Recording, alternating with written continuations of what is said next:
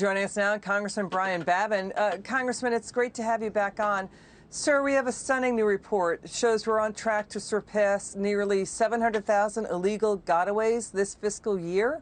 So that means they come into the interior unchecked, just walking right in. I mean, we're just about two decades away from 9/11, where we have issues with terrorism and more about criminal illegal crime. Why is this not a hair-on-fire moment in Washington? It's incredible to see what we're seeing, Liz. You're exactly right. The president spoke for nearly 2 hours at his press conference yesterday, and not one question was asked, not one comment was made by the president regarding what I think is the most serious issue we face, and that's our open southern border, because he doesn't want, I think, the mainstream media and, of course, the Biden administration, they don't want to talk about the border because he knows it is an utter failure. With 700,000 gotaways and 2 million people that have just waltzed across our border. You've got 100,000 plus dead Americans, an empowered cartel system down there that is just wreaking havoc on the United States of America. We've got terrorists that are coming across trying to infiltrate our border, COVID positive by the tens of thousands coming, not being checked, not being tested, not being masked, not being vetted, coming into the country. It is an enormous risk to our nation, Liz. Yeah, 100,000 people died from opioid overdoses fueled by illegal fentanyl, which is so dangerous and lethal.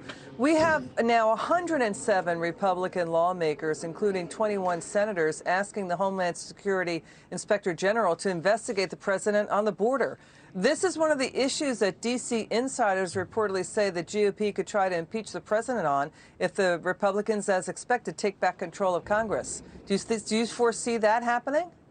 That's a very strong possibility. After the debacle of Afghanistan, the 13 dead Americans, military personnel, leaving really hundreds of thousands of people of our allies and other Americans back there, I actually am on a resolution to impeach the president, and I think Secretary Mayorkas as well.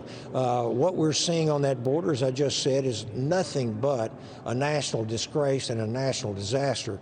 And interestingly, we heard the president in his press conference actually seeming to brag that no other president has ever done so much in 1 year.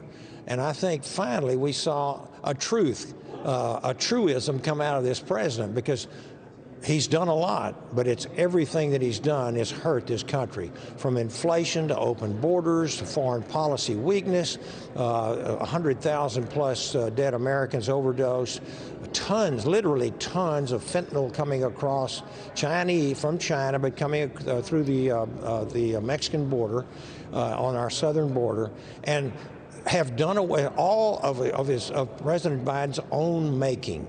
He dispensed and terminated all the great policies that President Trump's administration had implemented to control that border. We even had deals with Mexico to help us. Now Mexico is actually working against us in many respects. Yeah, let's stay on that. By the way, let's stay on that, because the press secretary, by the way, Jen Psaki, refuses to say whether the White House will change their border policies. We've got new reports coming in that Mexico is basically breaking up the caravans into smaller groups and putting them on buses to avoid detection and basically sending them to the U.S.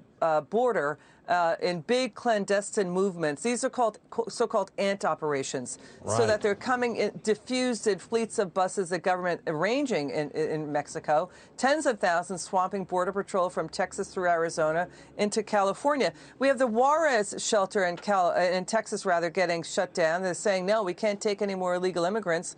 It's too crowded. We've got COVID problems. We have a 7-year-old girl from Venezuela drowned in the Rio Grande River. That's thousands of people dying on the way to cross illegally. This is really dangerous stuff. Your final word.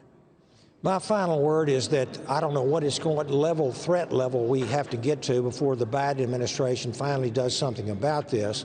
We've got all of the problems that you just mentioned dead people, raped, murdered, females, children being trafficked, unbelievable things that are happening. And this president, listen, this is a strategy that the Democrats want, obviously, and I think we're going to probably continue to see it. Got it. Congressman Babin, thanks for joining us. Come back soon.